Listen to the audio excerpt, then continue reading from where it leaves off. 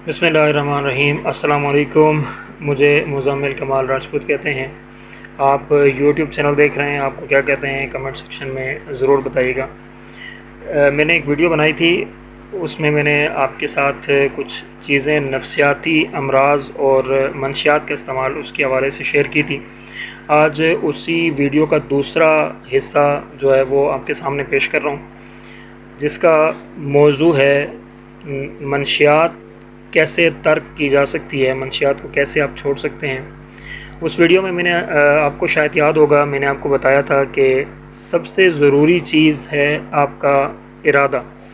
अगर आपका इरादा पुख्ता है और आप पुख्ता इरादे के साथ इस सफ़र का आगाज़ करते हैं कि जो मंशियात का इस्तेमाल आप 2 साल 3 साल 4 साल या 10 साल से कर रहे हैं, उसको आपने तर्क करना है, तो उस सूरत में आपके लिए ये काम इंतहाई आसान हो जाएगा और आप बहुत जल्द इससे छुटकारा पाने में कामयाब हो जाएंगे।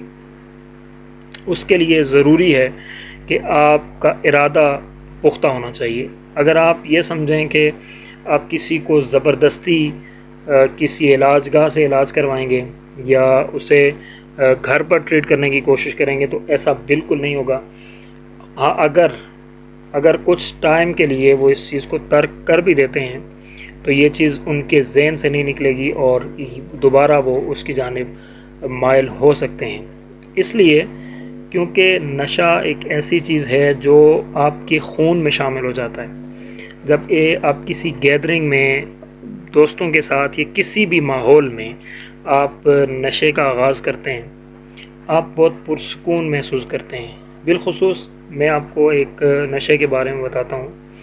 आइस एक नशा जो इंतहाई आम है, मर्द और ख़वातीन दोनों में ये बहुत आम है और बहुत सारे लोग इसका शिकार हो चुके हैं। इसकी ख़ासियत क्या है? इसकी ख़ासियत ये है कि ये आप जिस मूड में इसको आप इस्तेमाल करते हैं, अगले 48 से 72 घंटे तक तकरीबन आप उसी मूड में रहते हैं। अगर आप किसी खुशी के माहौल में हैं, आप बहुत ज़्यादा खुश हैं और उस खुशी के माहौल में आप इसको इस्तेमाल करते हैं, तो अगले 24 घंटे 48 घंटे आप खामखा खुश ही रहेंगे।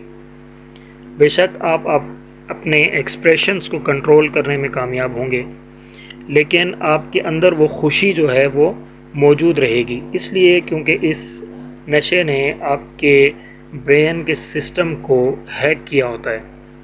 आपके अंदर ये सलाहियत ख़त्म हो जाती है कि आप अपने दिमाग से ख़ुद काम ले सकें। फिर अगर आप किसी गम की हालत में, परेशानी की हालत में इसे इस्तेमाल करते हैं, तो याद रखें कि फिर अगले चंद घंटे या चंद दिन आपके लिए उसी गम में रहने का बायस हैं। आपने उसी परेशानी में रहना है। आपको रिश्तों की पहचान बिल्कुल ख़त्म हो जाती है। आपको इस बात का बिल्कुल अंदाज़ा नहीं होता कि मेरे साथ रहने वाले अहबाब, मेरे साथ रहने वाले लोग मेरे अपने हैं, मेरे बहन भाई हैं, मेरे दोस्त हैं, मेरे वालिदैन हैं, मेरे असातिज़ा हैं। रिश्तों की पहचान नशा आपसे छीन लेता है। जब आप इसका आगाज़ करते हैं तो आप बहुत पुरसुकून महसूस करते हैं। बहुत सारी परेशानियाँ, बहुत सारी टेंशनें आपसे दूर हो जाती हैं, लेकिन ये वक्ती चीज़ें होती हैं। इस बात को समझने की कोशिश करें कि आपकी ज़िंदगी में जो भी परेशानी है, आपकी ज़िंदगी में जो भी मसाइल हैं, जब तक आप उन मसलों का हल नहीं निकालेंगे, कोई भी चीज़ उनसे आपको दूर लेकर नहीं जा सकती। एक दिन, 2 दिन, 3 दिन या एक हफ़्ता आप ज़हनी तौर पर तो उनसे दूर हो जाएंगे। आप या तो सोएंगे और फिर सोते रहेंगे। आपको भूख और प्यास का एहसास बिल्कुल नहीं होगा। आपको बिल्कुल ये होश नहीं होगा कि आप कहाँ पर हैं, किस जगह पर मौजूद हैं। उस तक तो आपकी जो टेंशनें हैं, जो परेशानियां हैं, वो आपसे दूर हो जाएंगी। लेकिन जब आप दोबारा होश में आएंगे तो फिर माहौल वैसा ही पाएंगे जैसा कि आपने 1 दिन पहले, 2 दिन पहले या चंद घंटे पहले आपने छोड़ा था। इसलिए अगर आप ज़िंदगी को बचाना चाहते हैं, अगर आप रिश्तों को बचाना चाहते हैं, तो आपको चाहिए कि अब भी वक्त है। आप इस ऐसी बीमारी جو آپ کی جان لے سکتی ہے، آپ اس سے جان چھڑا لیں، آپ اس سے آزاد ہو جائیں اور ایک خوبصورت زندگی گزاریں۔ نشہ کرنے والا انسان کبھی بھی محفل میں بیٹھ کے کمفرٹیبل نہیں ہوتا، اسے اپنے آپ سے شرم آ رہی ہوتی ہے، کیونکہ اس سے پتہ ہوتا ہے کہ میں نشہ کرتا ہوں، اس کا چہرہ بتا رہا ہوتا ہے کہ یہ منشیات کا عادی ہے، اس کی زبان، اس کا چلنا پھرنا بتا رہا ہوتا ہے کہ یہ انسان منشیات کا عادی ہے۔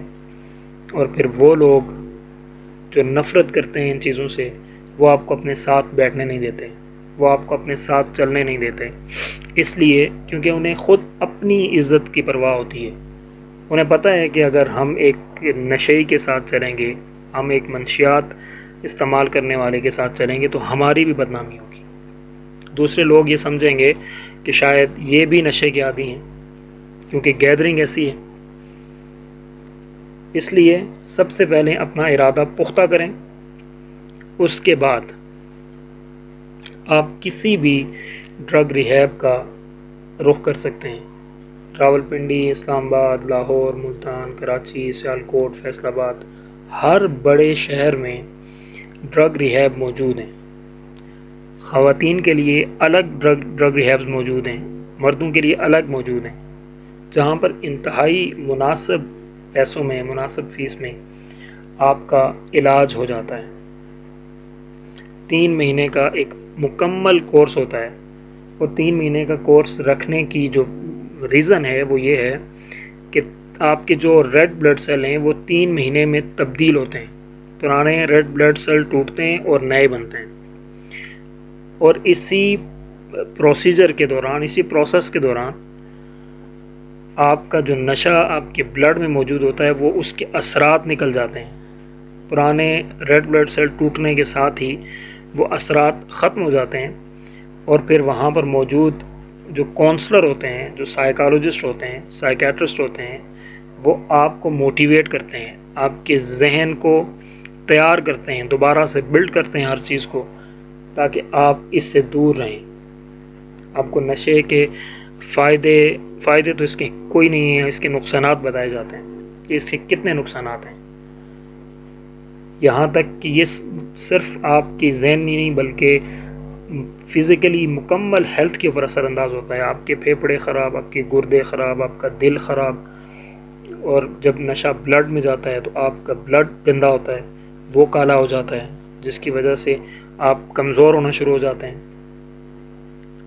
یعنی کہ مختصر بات یہ کہ نشے کا عادی جو شخص ہے وہ کسی کام کا نہیں رہتا، پھر موت اس کا انتظار کرتی ہے، اور مرنے کے بعد اس کا نشہ اور یہ ساری چیزیں اس کے ساتھ دفن ہو جاتی ہیں، لیکن پیچھے وہ ایسی چیزیں چھوڑ جاتا ہے جو اس کے مرنے کے کئی سالوں بعد بھی زندہ رہتی ہیں، لوگ اسے ڈسکس کرتے ہیں۔